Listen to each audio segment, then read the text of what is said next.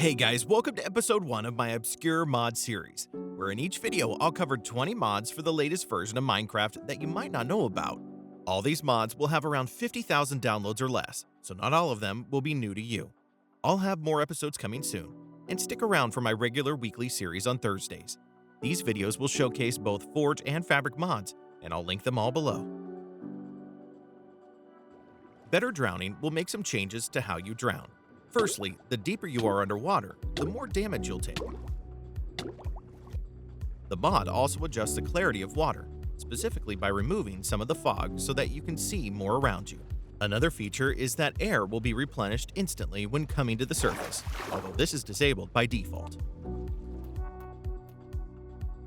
Cursed will add 16 new curses to Minecraft, which can all be applied to different types of items. Some of the new books include the Curse of Blindness, which reduces the vision of the wearer. The Curse of Echoes will cause sound hallucinations of random hostile mobs. The Curse of Fading will cause dropped items to disappear from the world faster. The Curse of Insomnia will prevent the wearer from sleeping, and the Curse of Sinking causes you to sink faster in water.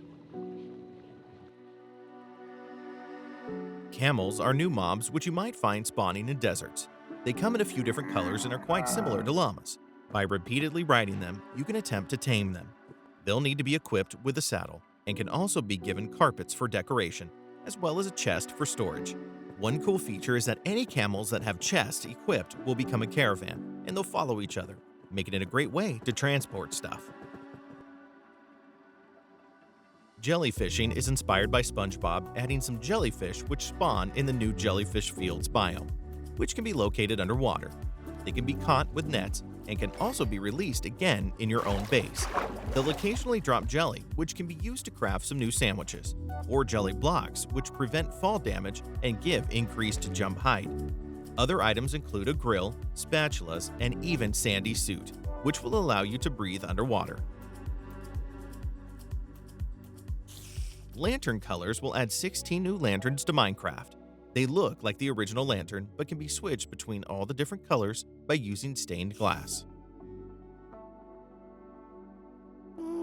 The Lurker is a new mob which can be found across all dimensions, and will spawn during the night, and not burn during the day.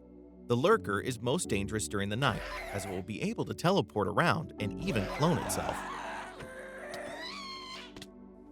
When killed, it can drop Lurker scrap, which can be turned into leather, or used in an ingredient for the Lurker totem, which, when held, will prevent a Lurker from cloning itself. The final potential drop is the Ender Pearl Sword, which when used will throw a pearl and teleport you. Scarecrows are new entities which can be built in your world using blocks, similar to snowmen. When crafted, they'll scare any enemies away. There are two different types, which determine whether they'll scare just hostile mobs or passive animals too. There's also 3 different tiers, which change the range at which mobs will run away. If you want to keep your base secure, then this mod is a great choice.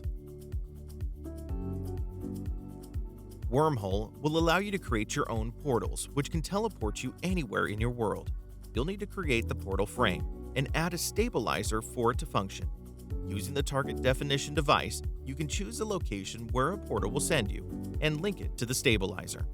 Portals also require power in the form of redstone flux, which can be collected using the included coal generator, or it can be disabled in the config. There are some new design options too, as portals can be custom shapes and custom colors. Villager death messages will broadcast messages in the chat each time a villager dies. It will display the coordinates of their death, as well as what killed them. It might be useful to you if you're playing with a custom mod pack which revolves around building villages. Zombie Extreme will add a lot of new content that turns your world into a zombie apocalypse. Firstly, there's a new biome which is the Dead Sands and takes up large portions of your world. Also spawning in your world are some new structures, such as stores, bridges, and houses, which are made up of new blocks and have loot to collect. Tons of new items are included with the mod, as you'll find medicines, food, weapons, and armor, which really suit the apocalyptic theme.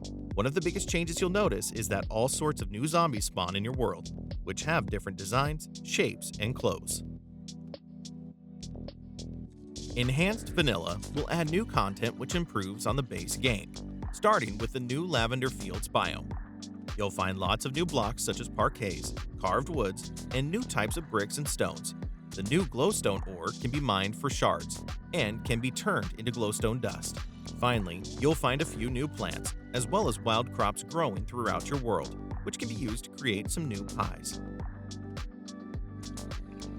Falling Leaves is available for both Forge and Fabric, and will add some new atmospheric effects to your world. You'll find that leaves will slowly fall from trees, which looks very pretty.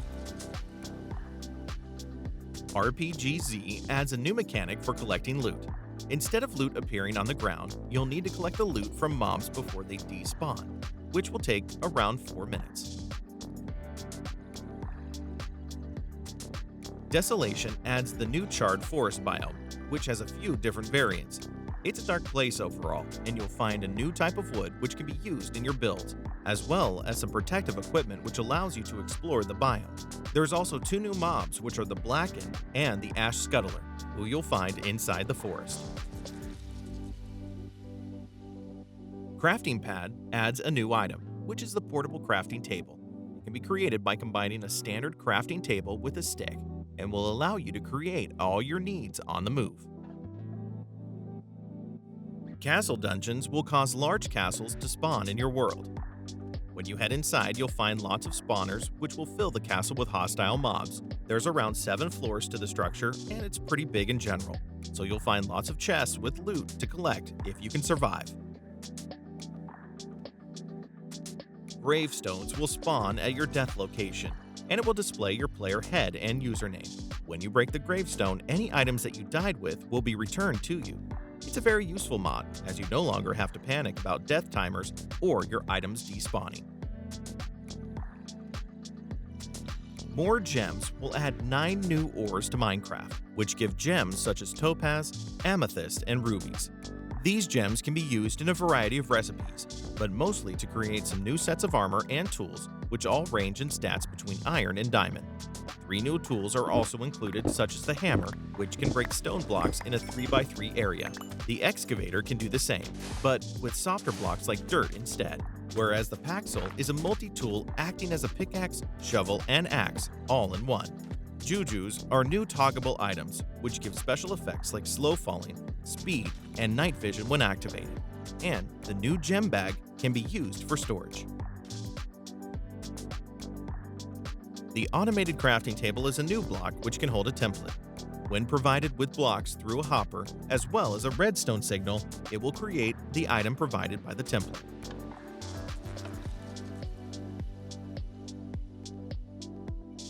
Materialization has some new similarities to Tinker's Construct. Using the new workstation blocks, you can create patterns and use them to craft different tools, parts, and merge them together into your own tools.